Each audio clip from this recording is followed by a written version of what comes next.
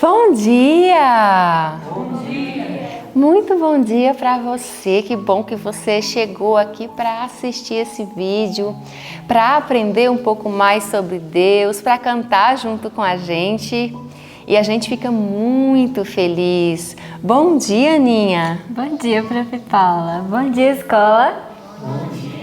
Bom dia para você que está em casa. É uma alegria muito grande ter você conosco mais esse dia, para nós louvarmos e adorarmos o nosso Deus neste culto. Amém! E agora nós vamos fazer algo muito importante. Nós vamos falar com Deus, pedir a Ele uma bênção especial sobre o nosso dia, sobre o nosso estudo, sobre os nossos louvores. Vamos orar, Aninha? Vamos orar? Vamos ajoelhar para falar com Jesus.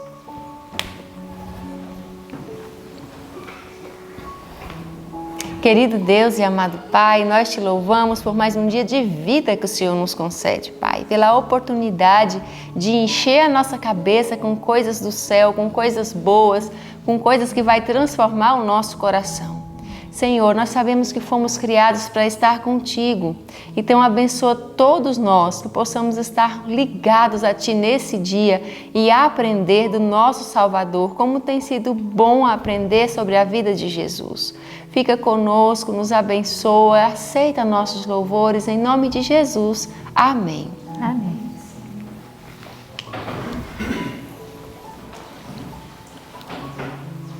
Quando a gente se dedica logo de manhã cedo a estudarmos a Palavra de Deus, o Espírito Santo fala conosco através da Bíblia.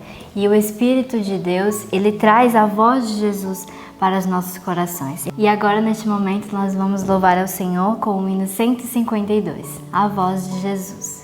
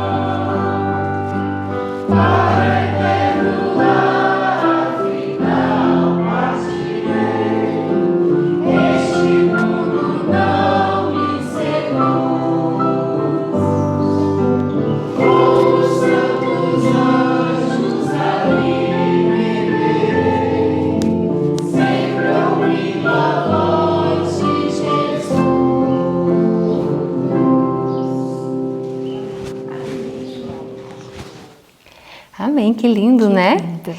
E agora nós vamos gravar um texto bíblico bem pequenininho. Você vai gravar assim, ó, rapidinho, que tem uma mensagem muito especial do Senhor para nós. E aonde que está esse texto, Ana? 1 Pedro 1:22. Vamos no 3 então? 1, 2, 3. 1 Pedro 1:22. Purificando as vossas almas no Espírito, na obediência à verdade, para o amor fraternal não fingido. Amai-vos ardentemente uns aos outros com um coração puro. 1 Pedro 1:22. 1 Pedro 1:22. Purificando as vossas almas pelo Espírito na obediência à verdade, para o amor fraternal não fingido. Amai-vos ardentemente uns aos outros com um coração puro. 1 Pedro 1:22. 1 Pedro 1:22. Purificando as vossas almas pelo Espírito na obediência à verdade, para o amor fraternal não fingido. Amai-vos ardentemente uns aos outros, com um coração puro. 1 Pedro 1:22. Amém. Que lindo, né, esse texto? Quando a gente ama, a gente é mais feliz, né? Sim. Pedimos a Deus para purificar o nosso coração. Que Jesus esteja com você e agora você vai ficar com o estudo. Deus te abençoe e até a próxima. Olá, bom dia para você que está em casa, bom dia escola, bom dia família, grande família de Deus, da Escola de Profetas e dos nossos irmãos que nos ouvem. Eu louvo ao Senhor pela boa vontade de vocês de estudar o ano bíblico. O ano bíblico tem sido diante do Senhor, diante de todo o céu, a saída que existe para seres humanos se aproximarem de Deus.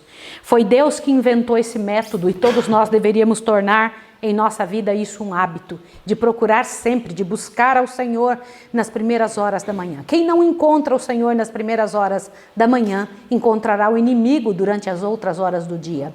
Deve ser a nossa primeira tarefa, o primeiro foco, buscar ao Senhor pela palavra, as explicações todas que o Senhor Deus nos dá e que tem dado ao seu povo. Chame seus filhos para isso. Seus filhos têm que ter na mente, marcado no coração deles, esta certeza absoluta de que são servos de Deus e que você, a sua família, buscam a Deus não só por necessidade, mas por amor também. Peça a Deus que lhe encha o coração de amor. No estudo de hoje que o Senhor Deus nos deu, que coisa mais séria, que coisa tremenda o que Deus tem para nos mostrar. Eu fiquei pensando que parte eu poderia falar e que parte deixaria para fora. São estudos tão sérios que eu sei que o tempo acaba não abarcando condição suficiente para a gente poder falar todas as coisas, mas vamos tentar trazer isso diante do seu coração. Leia 1, 2, 3 vezes o capítulo de hoje de Jeremias, por favor, 19 a 21, e também do capítulo 26, Cafarnaum, porque você precisa saber e entender sobre isso. Deixa eu comentar um detalhe com você, para que você compreenda a seriedade do que é que vamos falar. Vamos só dar uma relembradinha antes de tudo, para que você se lembre em que foco estamos. Você se lembra do encontro de Jesus? Está lembrado com a samaritana no poço de Jacó? Quais foram os acontecimentos após isso? Se lembra do momento em que Jesus, então, pediu que ela, você sabe que com um tipo de atitude, abre bem o ouvido aqui, com um tipo de atitude, você está indicando para outra pessoa o que você espera dela. Você entenda o que eu estou tentando explicar para você. A sua atitude, ela força as pessoas a tomarem uma posição. As pessoas te tratam com aquilo que você oferece, que você oferta. Foi o que Jesus fez com a mulher samaritana. Ele teve uma atitude perante ela, uma linguagem que ela não teve outra saída. Correu para dentro da cidade e foi buscar as pessoas e contar para as pessoas o que é que Deus tinha feito com ela. Nós indicamos para as pessoas o que as pessoas têm que fazer com a atitude que tomamos. Nossa atitude é um testemunho Nossa atitude são laços tremendos que puxam a pessoa. Nossa linguagem, ela decide e ajuda as pessoas a decidirem o que fazer, né? Vocês se lembram que então toda a cidade veio e se encontrou com o Salvador? Após isso, nós lembramos de João Batista. Que histórias que nós tivemos que ouvir sobre o nosso irmão João Batista, aquele que houve aquela dificuldade dentro da vida dos discípulos, lembra disso? Que eles brigaram sobre quem era o maior, puxa vida, teus discípulos, Jesus, estão batizando, e a linguagem tão bonita de João, e ao dizer e ao explicar para eles, importa que ele cresça e que eu diminua. Cada detalhe desses não são só experiências de só uma história contada. Isso tem que fazer parte da nossa vida, da nossa história, da nossa maneira de comunicação. Nós vimos também, dali em diante, o ponto central da mensagem, Jesus, o Senhor do sábado. Ele sabe o que pode e o que não pode ser feito no sábado. O sábado nunca foi excluído de qualquer mandamento e nem da vida de Jesus tampouco. Jesus veio para cumprir o que o Pai havia dito, né? Lembramos também a triste história da morte de João Batista e como alguém entra para a história de uma maneira tão vil, né? Salomé, vejamos que miséria, alguém sendo indicado e dirigido por outra pessoa para cumprir diante do universo e diante da história do planeta uma parte tão triste, tão miserável. Você tem que pensar muito bem sobre isso, se o que você vai deixar de herança para o mundo vai tornar o mundo melhor ou pior. Esta é uma menina lembrada para sempre como uma menininha sensual e que ela foi usada pelo mal, por Satanás, para cumprir um propósito de ódio, né? Hoje nós temos então algumas coisas interessantes para nós estudarmos, né? Nós temos alguns detalhes quando entra de novo esse filho do Régolo, o filho do homem oficial do rei. Tá? Então, novamente, quando Jesus encontra com esse homem, você se lembra, né, da situação que Jesus passou de cuidar? Nós estudamos sobre o tanque de Betesda também, os milagres tremendos, a bondade de Jesus ao cuidar, ao trabalhar diante das situações. Avante um pouquinho mais. Onde Jesus pega e diz com toda certeza e com todo carinho, o reino de Deus está próximo. No capítulo 24, Jesus se levanta para ler diante de todo aquele povo e diz: o Espírito do Senhor está sobre mim. Com que autoridade, né, você fala isso? Eu me lembro que quando eu era jovenzinha, estava estudando no IAE, que hoje é o NASP 1, e eu me lembro que um pregador foi à frente, havia um silêncio tremendo, né? Que se uma agulha caísse dentro daquele local onde ele estava pregando, as pessoas iam ouvir a agulha caindo de tanto silêncio que havia ali. Os jovens, os alunos estavam todos quietinhos e eu fiquei olhando o que aconteceu. Era a presença daquele homem tão cheio do poder de Deus, e ele no final disse uma frase, eu nunca mais me esqueci, eu não lembro o nome dele, mas eu me lembro do que ele falou, eu me lembro da pregação. No final ele disse assim: sejam imitadores de Cristo. Ele usou a linguagem de Paulo, como eu sou imitador de Cristo. E quando ele falou isso e desceu do púlpito, gente, aquilo nos assustou de uma tal maneira. Falei, que força que esse homem tem, que coragem de dizer isso, né? Mas vocês sabem que a presença de alguém, o posicionamento de alguém diante do céu, ao ler uma passagem da Bíblia, tem muito a ver com o encontro dela com o céu.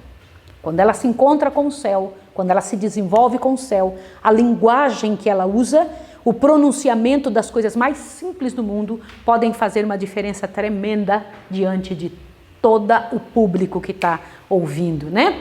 Agora você se lembra o que aconteceu? Satanás ficou muito bravo, né? Quando Jesus então se posiciona claramente, e aí as pessoas tentaram levar ele para o pináculo do templo, jogar num local alto, o pináculo do templo, lá numa encosta, num precipício, jogar Jesus lá. Que situação, gente, imaginem a cena. Diz que milhares de demônios estavam envolvendo aquelas pessoas e os anjos do Senhor ocultaram Jesus da vista e levaram Jesus para outro lugar. Gente, vocês conseguem imaginar como pode ter sido isso? Que momento tremendo, né? Lembram-se da pesca maravilhosa? Estão lembrados disso? Quando Jesus então disse, né, usou o barco de Pedro como púlpito e dali daquele lugar, um momento especial, glorioso de Jesus, ele, nós não pescamos nada, Senhor, mas a tua ordem eu farei este trabalho. A tua ordem, quando o Senhor disser. Às vezes as coisas podem não ter nenhuma chance de dar certo. Agora, se Deus disser que vai dar, não se arrisque a conjecturar. Faça do jeito de Deus, viu? E o barco quase foi a pique de tanta bênção. É assim que vai ser na sua vida. Pense sobre isso em nome de Jesus. Se você se arriscar a fazer do jeito de Deus. Irmãos, esse negócio de fazer do jeito de Deus, nós estamos vivendo dentro de uma sociedade que a gente diz, não, mas eu tenho o meu jeito, eu penso assim. Posso dizer uma coisa para você? Não perca mais tempo com isso. Todos que vieram antes de nós, que chegaram à compreensão da verdade, entenderam isso que eu estou tentando te dizer. Chega de fazer a sua vontade. O que deu até agora fazer a sua vontade? Qual bênção você teve por seguir a sua vontade? O que aconteceu com você? Você é vencedor por seguir a sua vontade? Me mostra um que conseguiu vencer fazendo sua vontade. Não existe. Será que isso não é suficiente para você ver e entender que acabou? E o mundo já provou que o mal não presta. Não tem mais nada que fazer aqui, né? E o Senhor Deus disse ali, segui-me, e eu farei de vós o quê? Pescadores de homens. Ele não disse, eu vou fazer vocês pescadores de homens, então me sigam. Não foi isso que ele disse. Ele disse, segui-me, e então farei de vós pescadores de homens. Então, o primeiro passo para conseguir ser pescador de homem tem que seguir o que o Senhor Deus pede. Isso é coisa muito séria, tá bom? Isso é um momento muito sério. E nós estamos hoje na linda cidade de Cafarnaum, né? Que era um espaço especial. Não passe ainda, viu, filho? Eu já vou te pedindo quando você passar. Era chamada até a cidade de Jesus, né? Quantas vezes ele estava ali. Às vezes a gente procura uma cidade para a gente morar. Por quê? Quais são as razões pelas quais você procura um espaço para você morar? Pelo seu próprio benefício. Essa cidade tem hospitais, essa cidade tem isso, tem aquilo. Eu me lembro de estar falando com uma pessoa na sexta-feira pela manhã, conversando com uma pessoa sobre o local onde ela iria se mudar, né? E quando ela estava falando, eu falei, mas por que lá? Por que a senhora quer esse lugar? Ela disse, porque ela tem 3 hospitais, porque ela tem, o Carrefour está perto, porque não sei o quê, e começou a falar. Eu fiquei pensando, quantas vezes eu fiz isso também? Procurar um local para minha alegria e para minha satisfação e para minha comodidade. Não era assim com Jesus. Por que aquela cidade foi chamada a cidade de Jesus? Porque ela era uma via de acesso para muitos outros lugares, onde pessoas vinham e iam. E a única razão de Jesus era, eu posso fazer deste lugar um meio do evangelho chegar a muitos lugares. A razão de Jesus era a salvação, ainda que tivesse que escolher onde ele mais pregaria.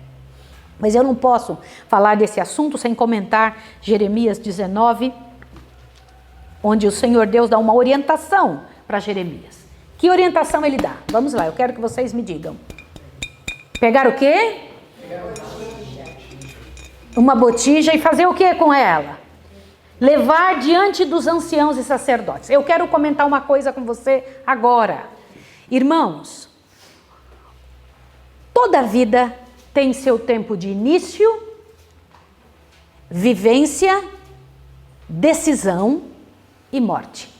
Vocês conseguiram entender o que eu acabei de falar? Início, vivência, decisão e morte. Do que eu estou dizendo? As pessoas nascem, elas aprendem a viver, bom ou mal, mas aprendem. Depois elas decidem o que elas querem fazer. E daí pode ser morte para a vida, morte com Satanás ou morte com Jesus.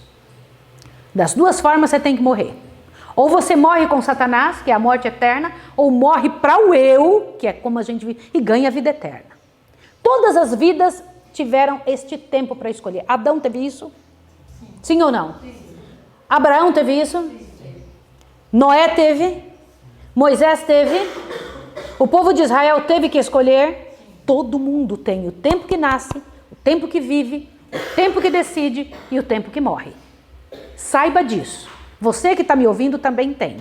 E nesta passagem, destas decisões, passagem de uma parte para outra, você pode encontrar o Senhor Deus ou Satanás. Eu quero te dizer que pessoas podem ficar endemoniadas sem espumar no chão. Sim ou não? Sim. Era o caso do povo de Israel? Sim. Sim. Era o caso de nossos antepassados. E eu fico muito impressionada quando o Senhor Deus disse claramente, pegue a botija, meu filho, vai na frente deles e vai lá, meu filho, quebra a botija na frente deles. Em Jeremias 19, verso 10, disse, olha lá, para os homens que estiverem na frente contigo, quebra. Você está pensando que eu vou quebrar? Não vou quebrar, tá bom? Mas foi o que o Senhor Deus pediu para o profeta ir lá e fazer isso, para mostrar o quanto eles estavam quebrados, destruídos em vários pedaços. Irmãos, é assim que fica uma pessoa nunca mais inteira, a não ser que Deus coloque a mão sobre ela, quando ela se entrega a qualquer poder do mal. É assim que acontece. Infelizmente, essa é a situação. O Senhor Deus diz claramente, olha, eu coloco na sua frente, na frente de vocês, a vida ou o caminho da morte. Para todas as pessoas tem isso, em Jeremias 21:8, o Senhor Deus diz, o que já estava em Jeremias, em Deuteronômio 30:15. O Senhor Deus diz claramente, eu coloco na frente de vocês a vida ou a morte, não existe meio termo. Esqueça a ideia que existe um caminho do meio, não existe. Ou você está de um lado ou está do outro, não tem uma oportunidade de dizer assim, é mais ou menos, não existe mais ou menos. Ontem o pastor Pablo, ao falar e explicar o que nós vimos no capítulo 25, ele disse com clareza, você pode pôr 99,99999% salvo, é igual a 100% perdido. Não adianta que Deus não vai conjecturar, Deus não vai se envolver com você com nenhuma gota de acordo com o mal. Não existe isso. E o povo de Israel demorou muito para entender isso, demorou demais a compreender esse tipo de situação e por isso sofreu tanto. Não adianta, gente, qualquer pessoa que se entrega a Satanás se tornará escravo dele. E Satanás não é amigo de ninguém, ele nem não mata os anjos dele, porque ele precisa destes anjos maus. Senão ele matava também, ele odeia qualquer um, e ele odeia você. Se ele puder tirar o que você tem, que ele não tem mais, ele faz isso. Ele tenta tirar de você felicidade. Algumas pessoas vivem numa errância. Sai de uma, entra noutra miséria. Sai de uma miséria, entra noutra miséria. Porque Satanás, ele é especialista em dar uma ajustada na cara do pecado. E sempre dizendo, não é bem assim. Isso não é tão assim. A tática de Satanás e o grande problema de nossa fé, abre o seu ouvido, de nós membros, é dizer, um pouquinho curto não tem problema. Um pouquinho de cafeína não tem problema. Um pouquinho só desse negócio, só uns diazinhos, é só um pouquinho sensual, é só um pouquinho, esse pouquinho nosso não sabe para onde que leva. É o que nós temos que entender agora, que pela graça e poder de Deus, o Senhor Deus nos dê cabeça para compreender o que Deus estava querendo dizer para o povo de Israel no livro de Jeremias. Sempre, todas as épocas, Jesus disse a mesma coisa. Deus está dizendo a mesma coisa agora para nós também. Tome cuidado para você não ser engolido, para ninguém tomar a sua coroa. Cuidado, porque antes de tomar a sua coroa, Satanás te escraviza e você vive uma vida de miséria tremenda antes da morte. O resultado certo do pecado não é só morte, é miséria e morte. Essa é a realidade. Não existe. Qualquer coisa que está errada, o resultado certo o que vai realmente acontecer é morrer. Lá estava Jesus na grande metrópole, né? Aquela cidade de Cafarnaum que ficava na praia do mar da Galileia, próximo às bordas da bela planície de Genezaré. Olha que coisa linda, diz que era regado por muita comidinha boa, tinha grandes árvores, um lugar fabuloso, que lugar bonito. E lá naquela cidade, o filho do nobre que tinha sido curado, estava ali, não era isso mesmo? E ele então, imagina quantas pessoas sabiam na cidade a respeito do que Jesus fazia, e uma multidão veio aonde Jesus estava, embora, vocês sabem, embora o Sinédrio não estava contente que Jesus estivesse lá. Estava? Nem um pouco. Chateados, incomodados, Jesus estava num lugar onde ele resolvia fazer o trabalho de Deus. E o incrível era que, ao Jesus trabalhar, eu gostaria que vocês vissem esses detalhes aqui, que eu queria que vocês lessem com cuidado. Como era a postura de Jesus frente ao trabalho em Cafarnaum ou em qualquer outro lugar. Mas como neste texto foi o que foi dito, olha, toda a cidade se agitou quando soube que Jesus estava chegando. Não foi isso? Que mais? Todo o céu estava palpitante de interesse. Ou imagine todo o céu palpitante de interesse. Irmãos, pare para pensar a quantidade de anjos e seres do céu que estão nos olhando agora. Nunca estamos sozinhos. Nunca. Qualquer lugar onde você estiver está sendo observado visto, analisado por seres do céu. Sabia? Isso te assusta ou isso te alegra? Vou explicar por quê. Olha para cá um minutinho para você entender o que eu preciso te falar. Nós sabemos que existem mundos não caídos. Centenas deles. Tá bom? Estes mundos não caídos, ninguém nunca pecou lá. Existe uma árvore da vida milenar. Tem alguns milênios que essa árvore está lá e nunca foi tocada por ninguém. Assim como tinha a árvore da vida aqui e a árvore da ciência do bem e do mal, lembra disso? A árvore da vida foi levada para o Senhor e a outra foi tocada, não foi isso? No céu, lá nos mundos não caídos, existe uma árvore que nunca foi tocada. Do mesmo jeito que foi pedido para Adão e Eva no início, estão nos outros mundos. Você entende isso ou não entende? Então imagine um local onde ninguém tocou em época nenhuma, em momento algum. Está lá, parada. Existe. A senhora White teve essa visão. Quando ela subiu para um desses mundos, ela viu em visão, né? Quando eu digo subiu, é em visão, naquele mundo. E disse que ali ela encontrou pessoas lindas, altas, bonitas, cheias de vida e de saúde. Pessoas de todas as idades. O que significa isso? O que você entende por pessoas de todas as idades? Raciocina comigo. É sinal que lá eles procriam. Sim ou não? É óbvio. Como Adão e Eva tinha sido dada a eles no início a ordem de procriar, lá procriaram ou não procriaram? Sim. E existem pessoas de diferentes idades? Sim. Lá deve ter alguma mulher de 57 anos? Certamente. Sabem quem eu acho que me observa? Gente que tem a minha idade, gente que tem a mesma... Por que eles observam? Por que eu acho que eles me observam? Por que ele observa você na sua idade? Por que acha que um casal de lá fica observando vocês, que são jovens igual você? Por quê? Porque eles querem ver o contraste da nossa vida e a vida deles. E o que Deus é capaz de fazer em vidas miseráveis como as nossas. Sabia? Eles têm que ter certeza absoluta que o mal não presta. Então eles seguem a nossa vida. O livro de Hebreus diz que nós somos espetáculo para os mundos. No livro de Hebreus está escrito isso, nós somos espetáculo. O que é um espetáculo para os mundos? Nós somos o Twitter do céu. Sabia? Eles dirão, observa, cada passo. Isso te assusta ou isso te incomoda? Ali, no livro, desejado de todas as nações, diz que o céu todo estava expectante e palpitante para ver todas as ações de Jesus e o que acontecia. E qual era a ação de Jesus no meio daquelas pessoas. Aí Jesus falava com autoridade, sim ou não? Mas ele falava bravo, era isso? Que tipo de autoridade? Exousia, né? Aquela autoridade que a pessoa fala, o outro ouve. Sem precisar parafernália nenhum e sem precisar brigar. Por quê? Olha só, tornava bela a verdade, apresentando de maneira simples e positiva. E a linguagem dele era como, gente? Clara e que mais? O que é uma linguagem clara? Por que aqui vocês têm que fazer o exercício do lápis? Respondam para mim.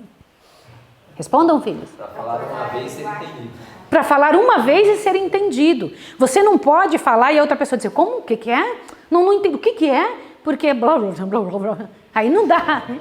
Tem que falar de forma clara, pura, simples, não precisa rebuscar nada. É falar a coisa como ela é, isso é muito importante. O que mais? Ele era mais fervoroso do que veemente.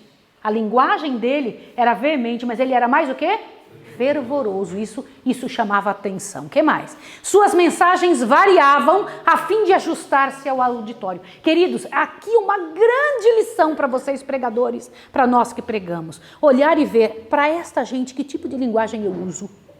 Quando ele chegava na frente das mulheres, que estavam acostumadas a fazer pão, ele dizia, o reino do meu pai é igual uma mulher que pega 3 medidas de farinha, uma de fermento. Quando ele chegava na frente de um viticultor, um homem que trabalhava o homem do campo, o reino do meu pai é igual odres velhos e odres novos, porque era a linguagem que aquele povo entendia.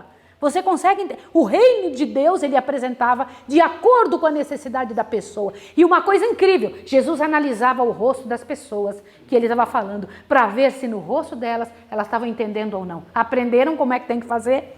quando chegar na frente para poder pregar, você tem que pregar com estas características celestiais e observando quem são as pessoas, observando quem é que está ali trabalhando com você, quem é que está ajustando a vida, quem é que está ouvindo e entendendo a sua mensagem. Compreendeu isso? Isso é importante demais. Como é que a pessoa está se sentindo? Eu daqui estou vendo o rostinho de vocês para ver se está entrando na cabeça de vocês o que está acontecendo. Senão você tem que mudar de método. E Jesus fazia isso, analisava o rosto das pessoas. Que legal isso, não é? Avante, o que mais? Olha, Cristo nunca lisonjeava os homens. Oh, beleza, que coisa boa, né? Porque os homens não têm nada de bom mesmo. Alguma coisa correta que eles faziam, Jesus estava elogiando, era o céu nas coisas que as pessoas faziam, né?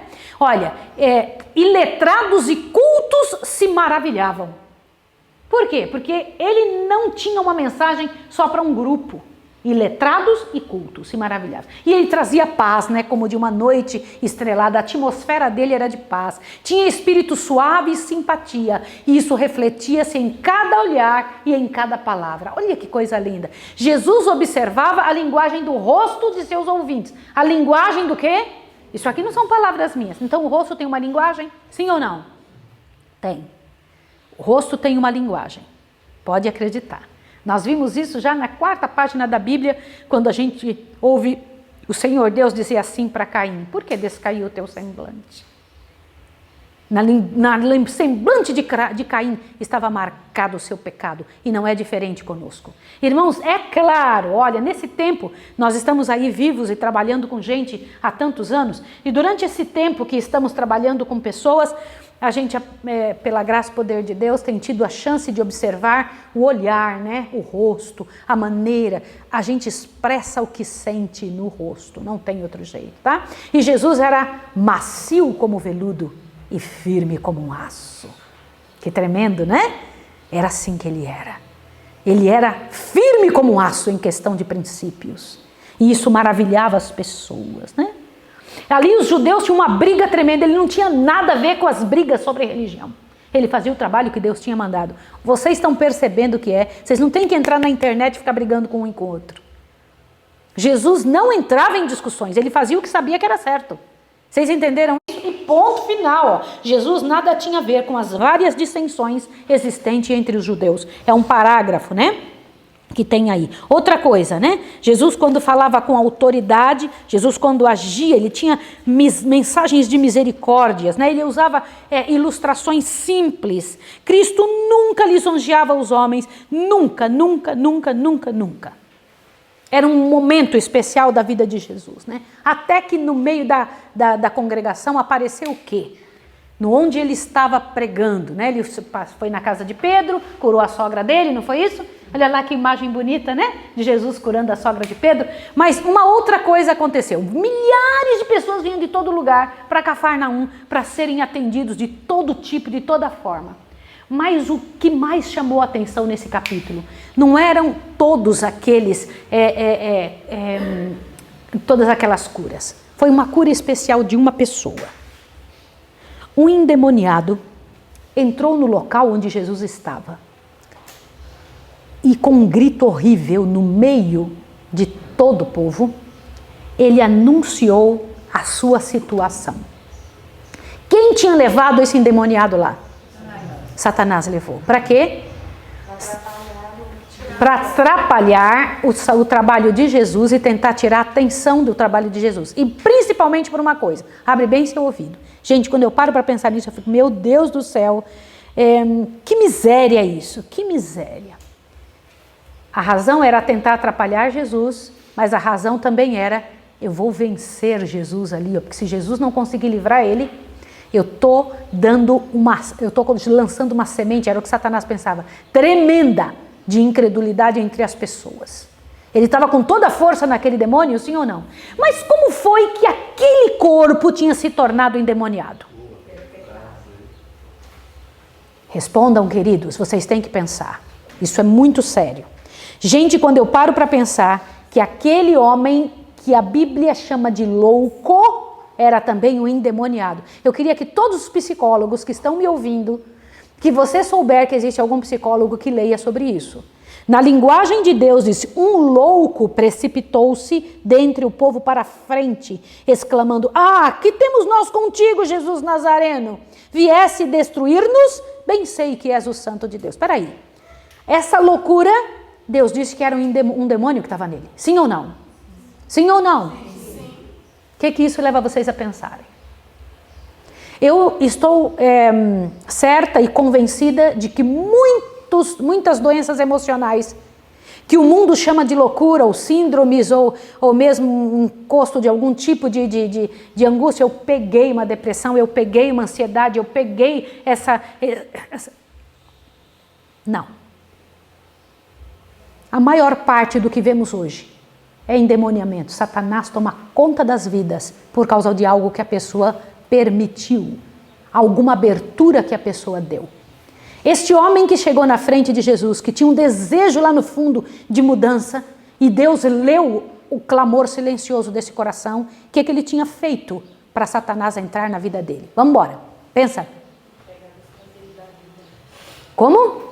Se entregado aos prazeres da vida. Tenha se entregado aos prazeres do mundo. Para ele tomar essa posição, ele sabia que estava errado, sim ou não? Mas tomou uma decisão. Olha que coisa tremenda. Disse que este homem, olha só, havia trazido ruína para seu vigor varonil. O que vocês entendem sobre esta frase? Por 2 vezes, dentro deste capítulo, é dito que ele tinha perdido a varonilidade. O que é isso? Respondam. Desde jovem ele já tinha decidido pecar. Ele tinha se entregue a todo que tipo de devassidão. O que mais?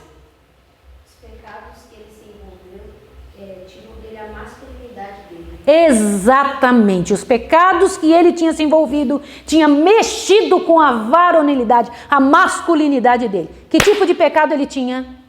Respondam, meus irmãos. Aonde ele tinha entrado? Que tipo de miséria ele tinha entrado? Posso comentar uma coisa com você? Olhe bem. Diz que não foi todos os pecados de uma vez. Foi devagarinho, uma coisa após outra, que foi tornando ele um endemoniado, uma presa jogada no chão, um coitado estraçalhado. Irmãos, não tem outra saída. Ou você segue o que Deus pede, ou você será massificado por esta geração miserável e desgraçada. Pais que estão me ouvindo, você tem dado um celular na mão dos seus filhos? Seus filhos possuem um celular e você fala assim, não, mas eu confio nele, eu olho tudo que está ali. Posso dizer uma coisa a você? Eu ainda não encontrei um pai que conseguisse enxergar tudo o que o filho vê dentro da internet. Por que você acha que você é o primeiro? Eu não encontrei nenhum. Não existe um que saiba exatamente aonde é que o filho está entrando na internet. A internet hoje é um campo minado de todos os tipos de misérias, para ir arrancando perna, para ir arrancando juízo, para ir arrancando virgindade, para ir arrancando pureza, todo tipo de desgraça. A pessoa fica toda aleijada no final de um tipo de situação. Fala, e não adianta você dizer que isso sai com o tempo, não sai. Essas misérias ficam gravadas na mente, do que a pessoa vê, do que a pessoa entra, no que ela se alimenta. Nessa época não tinha jamais nenhum tipo de internet, né? Mas este homem aqui tinha entrado fundo nas misérias deste mundo. Eu preciso ler com você. Por favor, o parágrafo que começa, o homem que estivera possesso, olha lá, ali se achava... Acharam? O homem que estivera possesso está no parágrafo. Aquele que vencera Satanás no deserto. Encontraram isso? Olha lá. O homem que estivera possesso, ali se achava perante o povo admirado, feliz na liberdade de posse de si mesmo. O próprio demônio testificara o poder do Salvador. Agora veja. O homem louvou a Deus por seu livramento. Os olhos que havia pouco tanto tinham chispado sob a chama da loucura, brilhavam agora de inteligência e inundavam-se de lágrimas de gratidão. O povo estava de modo de espanto. Assim que recobraram a fala, exclamavam uns para os outros, que palavra é esta? Que nova doutrina é esta? Pois com que autoridade ordena aos espíritos imundos e eles lhe obedecem? Agora vamos ver a causa oculta do motivo pelo qual essa pessoa estava assim. Irmãos, a maior parte das desgraças que nos acontecem são as coisas ocultas que fazemos. Quando você está fazendo algo que ninguém pode saber, é porque é errado. Como assim, Maísa? Eu vou dizer uma coisa para você. Quando um homem e uma mulher se casam, e eles têm sua privacidade num quarto, junto um homem e uma mulher, as pessoas nem invadem porque elas sabem que é natural e normal. É o que se espera de quem casou. Agora, quando você tem que fazer alguma coisa que é escondido, que ninguém pode saber, que é só você e a outra pessoa, e que se souberem, você sabe que vai dar problema, você já sabe de onde vem, qual é a raiz, de onde é que está vindo essa nova maneira de viver que você está escolhendo. O que é certo não precisa ficar escondido. Consegue entender a seriedade disso? Comece a colocar suas antenas a funcionar.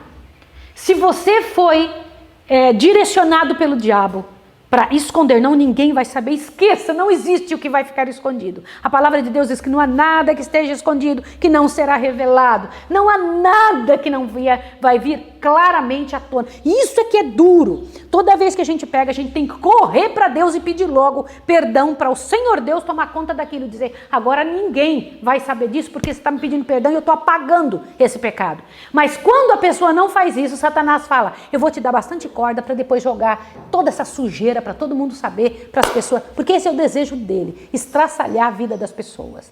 E este jovem entrou nisso, quer ver, ó? A causa oculta da aflição que tornara esse homem um terrível espetáculo a seus amigos e um fardo para si mesmo, achava-se em sua própria vida. Olha que miséria, pessoas que são fardo para si e para o mundo. Fora fascinado pelos prazeres do pecado e pensara fazer da própria vida um grande carnaval.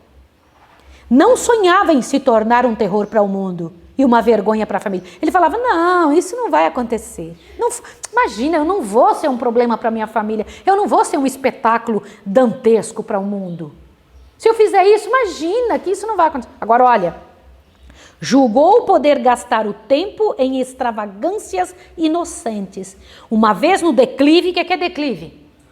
Uma vez no declive, porém, resvalou rapidamente. Eu quero que vocês vejam a palavra que vai ser usada aqui agora. A intemperância e a frivolidade perverteram-lhe os nobres atributos da natureza e Satanás tomou sobre ele inteiro domínio. Olhe para cá. Frivolidade. Vocês têm que estudar sobre isso. O que é frivolidade? Intemperância, você sabe. O que coloca pela boca. E a frivolidade é o que coloca pelos olhos, pelos ouvidos. São as sensações do que você recebe. Coisas frívolas. Que estão num nível muito baixo, que estão lá no nível escalão formiga, assim, e as pessoas escolhem isso para a sua vida. Demasiado tarde veio o remorso, porque um dos desejos do diabo é este, sabe qual? Eu vou fazer você cair, mas eu só vou deixar você perceber o que você fez depois que não tiver praticamente chance nenhuma humana de você voltar. Agora o pior, se assuste. Eu vou fazer você entrar num remorso e numa desgraça tão grande, porque o desejo de Satanás não é só fazer a pessoa cair no pecado, é fazer ela se sentir pior das criaturas que existem pelo que fez. Olhe bem. Gente, quando você lê essa parte aqui, vai entender uma palavra. Eu vivo dizendo que tem algo muito sério que Satanás faz para a humanidade não tem percebido. O quê? Leia aqui, ó. Demasiado tarde veio o remorso, quando quis sacrificar fortuna e prazer para readquirir a perdida varonilidade, tornara-se incapaz nas garras do maligno. Colocara-se no terreno do inimigo e Satanás tomara posse de todas as suas faculdades. Quantas faculdades Satanás tinha tomado posse? Todas. Avante. O tentador, gente, essa é a parte principal. O tentador o seduzira com muitas, o que diz aí? O que significa representações encantadoras? Uma vez que o desgraçado se achava em seu poder, no entanto, tornara-se infadigável em sua crueldade e terrível em suas iradas visitações. Como assim? Você sabia que Satanás, ele cria representações encantadoras. O que são representações? Não é a realidade. Não é realidade, é ilusão. Ilusão. Ele faz você pensar que aquele negócio é maravilhoso, que é grande, que é fantástico, que é uma beleza. Representações fantasiosas, encantadoras. Ele faz você pensar. Ele não tem na mão, mas ele te leva a pensar que aquilo é verdade. O que ele fez com Eva? Você vai ter um negócio fantástico. Ela nunca teve esse tal desse negócio fantástico. Ele falou isso com todo mundo. Gente, posso dizer uma coisa a vocês? Abre bem o ouvido. Roubar nunca vai tornar alguém rico e feliz. Nunca. Eu te apresento uma lista de pessoas que roubaram, depois perderam tudo. Honra, dinheiro, perderam tudo. Sair do seu casamento para adulterar nunca vai tornar você feliz. Vai só tornar outra pessoa em miséria e em desgraça, em adultério também.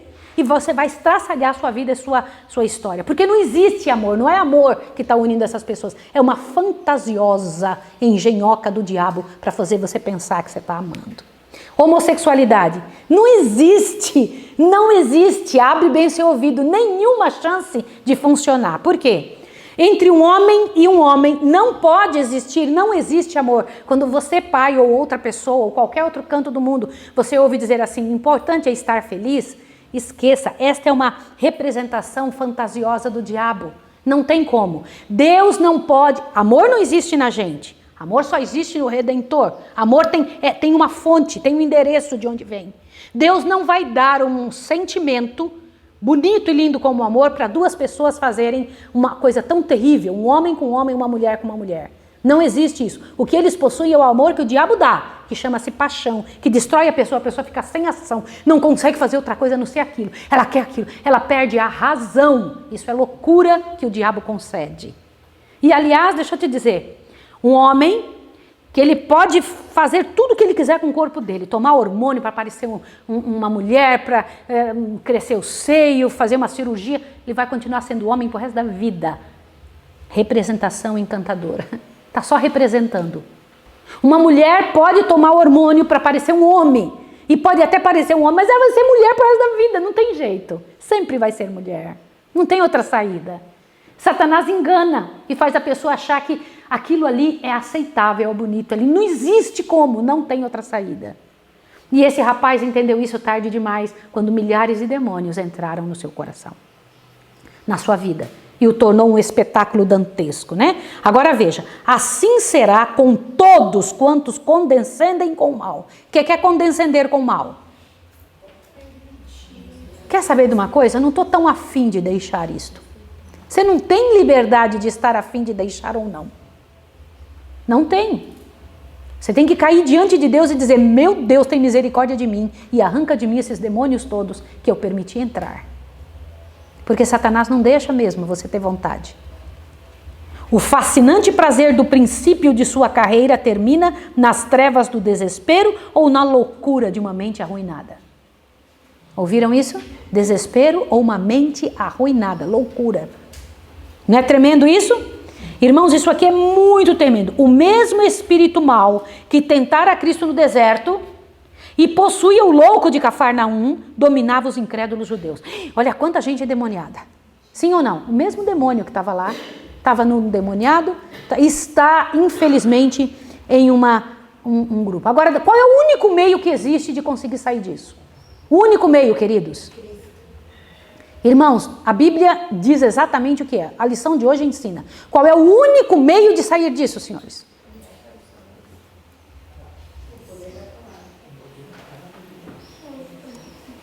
O poder da palavra, Joana. Quando você vê uma pessoa que está em miséria, envolva ela na palavra de Deus e na Bíblia, para você ver se esse demônio não vai embora. Vocês leram isso, sim ou não? Leram ou não leram? Está escrito isso. Esse é o único jeito.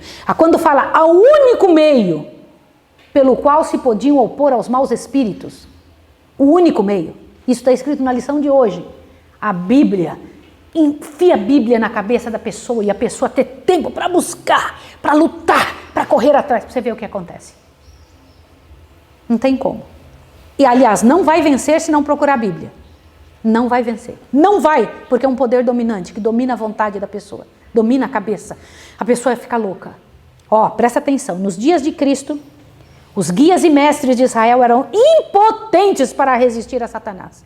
Gente, que terrível. Seres humanos impotentes para resistir a Satanás. Por quê? Negligenciavam o único meio pelo qual se podia opor aos maus espíritos. Foi pela palavra de Deus que Cristo venceu o maligno.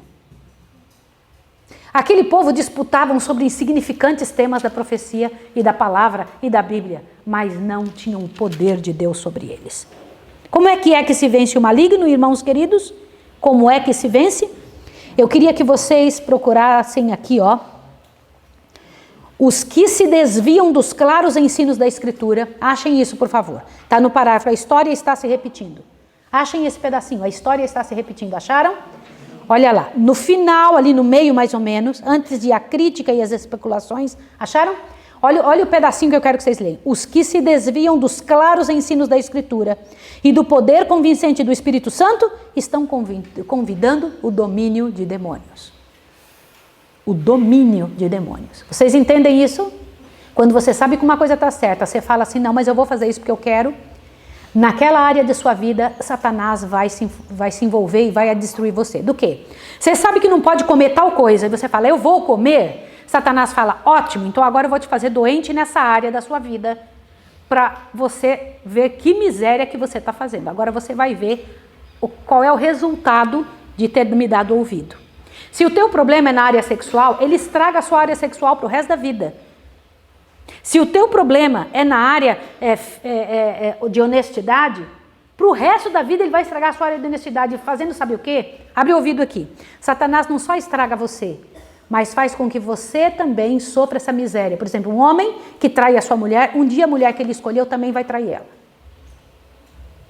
Porque ele estraga essa parte na vida. Se você é desonesto com alguém, vai lá e rouba alguém, com certeza alguém vai roubar você também. Porque você está dando chance para o diabo para isso acontecer. Vocês sabem qual que é a coisa mais dura? Abre todo mundo o ouvido bem grande agora. Não é você sozinho passar por estas misérias e sofrer as consequências de suas escolhas. É a sua prole passar pelo mesmo. Como assim? É isso mesmo. Quando você faz uma coisa, você está dando chance para acontecer com seus filhos. Que o diabo vai e pega a tua família. Aqueles que são... às vezes você sai de um pecado por anos, né? Não tem mais envolvimento com aquilo. Mas o seu filho se torna uma miséria e comete o mesmo pecado que você cometeu há anos atrás. Você não pense que um pecado não é semeadura. Pecado é semeadura. Se você aceita um pecado na sua vida, a tua prole vai aceitar também. E você vai ter que cuidar dobrado agora. Ontem, quando eu estava conversando na mesa com o pastor, tomei um susto com uma coisa que o pastor falou. Vocês se lembram de um homem que pediu, orou a Deus porque ele ia morrer e Deus deu 15 anos a mais? Sim ou não? Sim. Quem era? Quem? Deixa eu falar uma coisa com vocês. Durante esses 15 anos, seria muito bom que você aceitasse quando Deus faz uma coisa para você. Deus disse que ele ia morrer, ele não quis, Senhor, me ajuda. Tudo bem, vou te dar 15 anos a mais. O que aconteceu nesses 15 anos da vida dele? Ele gerou o homem mais terrível que já teve na face da terra. Qual foi o homem pior que já teve na face da terra, que maior mal trouxe ao povo de Israel? Manassés. O que vocês acham disso? Que terrível, não é? Que terrível querer fazer do teu jeito. Deus fala, eu vou te conceder 15 anos, meu filho. Mas a fraqueza da vida deste homem, no final de sua história, ele deixa para o mundo uma herança do inferno. Se ele tivesse morrido, isso não teria acontecido, sim ou não? Deus sabia disso. Oi? Deus já sabia. Deus já sabia disso. Por isso que Deus estava dizendo não. Isso é muito sério. Irmãos, aqui ó, lado a lado com a pregação do Evangelho, vai lá. Presta atenção aqui, vocês têm que ouvir isso. Lado a lado com a pregação do Evangelho, acham-se a operar forças que não são, senão médios de espírito de mentira. Como é que é? Existem aí pregadores que são verdadeiros médiums. O que é um médium? Por quem Satanás fala. Sim ou não? Continua. Muito homem se intromete com elas por mera curiosidade. Cuidado com você se enfiando em coisas por curiosidade. Por quê? Mas vendo demonstrações de força sobre-humanas, é fascinado a ir sempre mais adiante, até que fica dominado por uma vontade mais forte que sua própria. Não lhe pode escapar ao misterioso poder. São derrubadas as defesas da mente. Ouviram isso? É isso que acontece. O que é um endemoniamento? A pessoa não tem mais decisão. Ela não consegue sair daquilo. Falar. Quando a pessoa chega e fala, não sei o que acontece comigo, não consigo sair daquilo, eu olho e já sei o que é. Perde o controle. Por quê? Satanás tomou o controle. Só tem uma chance, a pessoa voltar para Deus, cair na Bíblia, implorar. Senhor, olha a minha miséria, Senhor. Jejum e oração, senão não tem jeito. Todo homem é livre, olha bem, para escolher que poder o regerá. Louvado seja Deus que ninguém caiu tão fundo, ninguém é tão vil que não possa encontrar libertação em Cristo. O endemoniado, em lugar de uma oração, só pôde proferir as palavras de Satanás. Todavia foi ouvido o mudo apelo do coração. Nem um grito de uma pessoa em necessidade, embora deixe de ser expresso em palavras, ficará desatendido. Aleluia, queridos. Não existe caso perdido, senhores? Não. Todo caso Deus pode cuidar. Mas depende da pessoa, sim ou não? Sim. Depende. A pessoa tem que ir a Jesus. Agora te assuste. Quando Jesus, então, terminava de atender a última pessoa que ele estava trabalhando, aonde ele ia? Ele ia deitar numa banheira para ficar relaxando. Nossa, passei o dia todo atendendo gente, que atender gente é duro, viu? Saibam disso. Vocês não têm ideia, na faculdade que eu fiz, nos era dito o seguinte, vocês atendam 4 pessoas por dia. Aí a gente pensa, mas por que só 4? Porque as pessoas pensam que atendimento emocional, que atendimento de pessoas, é um negócio simples, que é só ter dom para isso. Não é. Por que só 4 pessoas podiam ser atendidas por dia? Dizia, daí em diante o risco é seu. Por que eles diziam isso? Porque as pessoas sugam sua energia de uma forma tremenda. As pessoas engolem você. Você se envolve com a dor, a atmosfera que a pessoa traz, passa para você, é um negócio de outro mundo. Agora te assusto que eu preciso mostrar uma coisa a você. Mas Jesus atendia até o último, no final do dia. E depois ele ia fazer o quê? O que ele fazia? De madrugada, quando ainda estava escuro, Jesus levantou-se, saiu de casa e foi para o lugar deserto, onde ficou o quê? Orando. Diz que ele passava as noites em oração. Nenhum de nós vai vencer de uma outra maneira. Não existe milagre sem entrega.